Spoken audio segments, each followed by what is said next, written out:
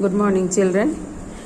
We have completed about the reproduction in case of plants. Now we have come to the sexual reproduction in human. And in the beginning itself, we have discussed about the reproductive organs in male and female individuals. Already in the 9th standard, the reproductive structures or reproductive system of male and female had been discussed.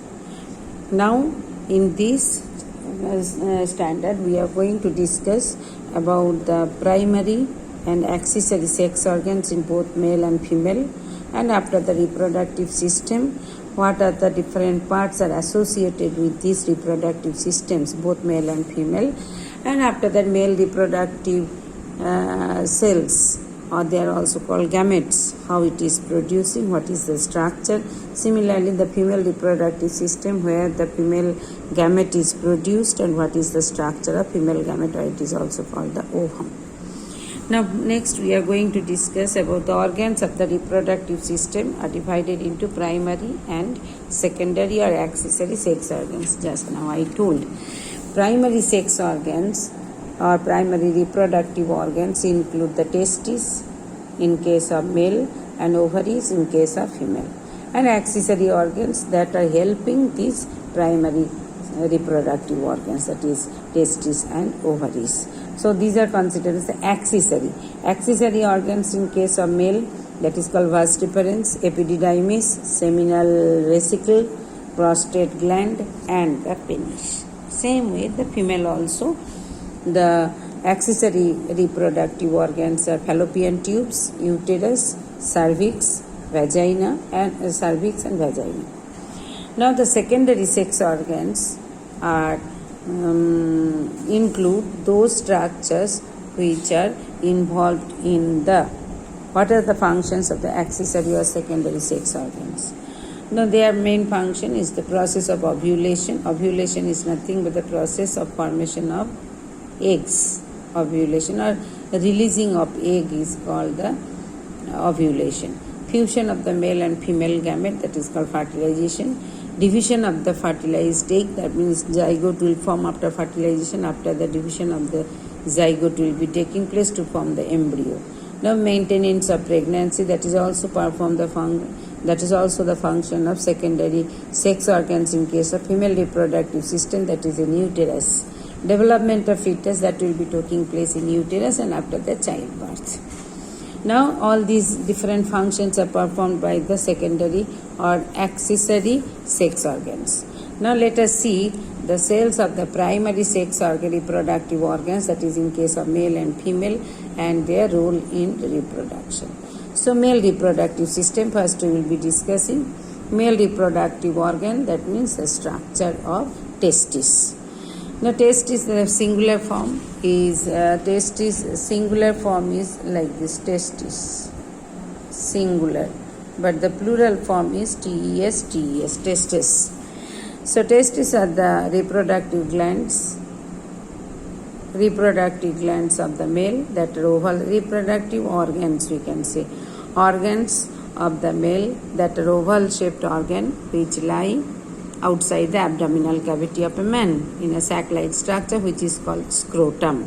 So testis oval structure which is protected in a sac-like structure which is called the scrotum. Now we shall study the various cells which are present in testis. If we cut the section lengthwise, each testis we can see that is covered by a layer of fibrous tissue which is called tunica albuginea. So if we come to the diagram, we can see this is the scrotum. This is called the scrotum, scrotum, scrotum. Inner to the scrotum, we can see that the testis is covered by fibrous tissue. This is the fibrous tissue which is called tunica albuginea, or it is also called the capsule. Now the septa means dividing wall, is developing from this tunica albuginea, which is dividing the testis into so many lobe-like structure. These are called the lobules, dividing the testis into so many lobes. So this tunica albuginea, from there only so many dividing wall or divider is entering into the testis, forming the testis into so many lobules, in which you can see the saffron color structure, tube-like structures. These are called the seminiferous tubules. Seminiferous tubules are present in this here. Three things already we have discussed in the previous chapter. Seminiferous tubules. Next one, that is called the Sertoli cells, and third is called the Leydig cells, or they are also called the interstitial cells.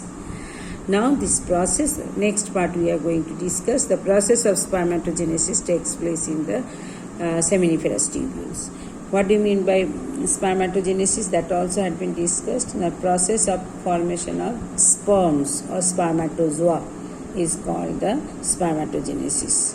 Now Sertoli cells, that function also we have told. Sertoli cells, its main function is to provide the nutrients to the developing sperms. And third cells, I told Leydig cells, or they are also called the interstitial cells, which are responsible for the secretion of the hormone testosterone. So three different types of components are forming these testes. Seminiferous tubules, Sertoli cells in between the seminiferous tubule, and in between these Leydig cells are also present. So seminiferous tubules, the Sertoli cells are supporting cells, provide nutrients. I told that what is the function of Sertoli cells. They provide nutrients to the developing sperms. And Leydig cells, they are polyhedral in shape, and they lie in between the seminiferous tubules to secrete the hormone testosterone. It initiates the process of spermatogenesis. So that is the structure, very simple structure. Now we can go for the female reproductive organ. That means structure of ovary.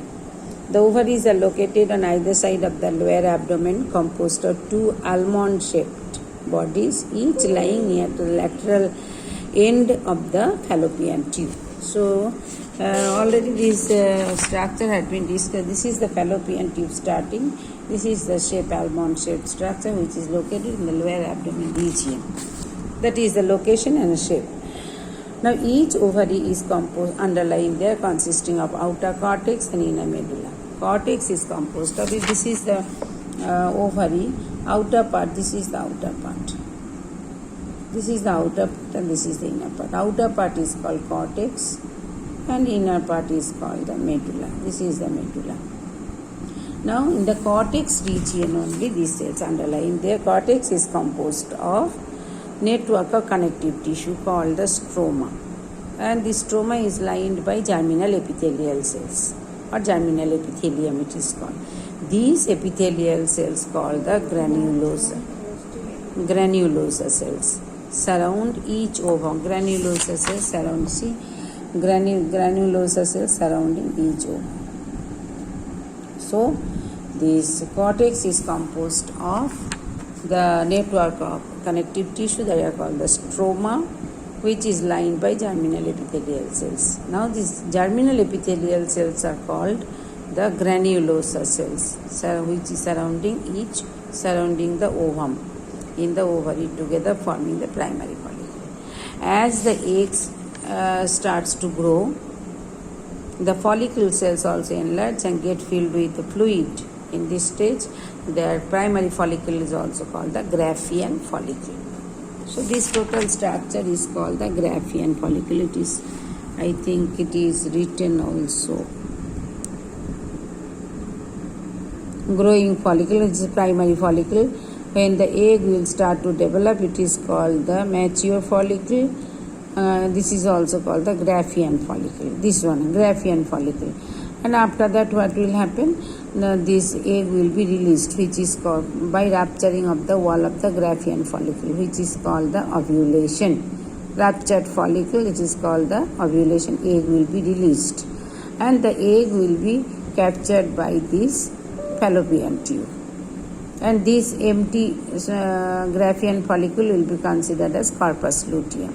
It will be forming like scar, that is called corpus luteum.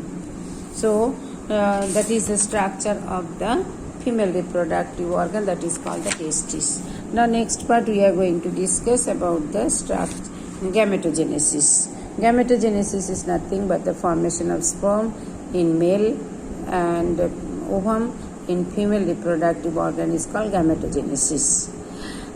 It involves formation of male gamete is called the spermatogenesis and formation of female gamete is called the oogenesis.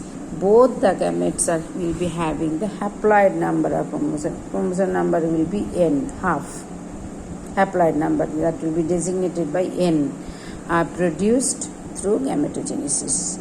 So till here children, okay, thank you.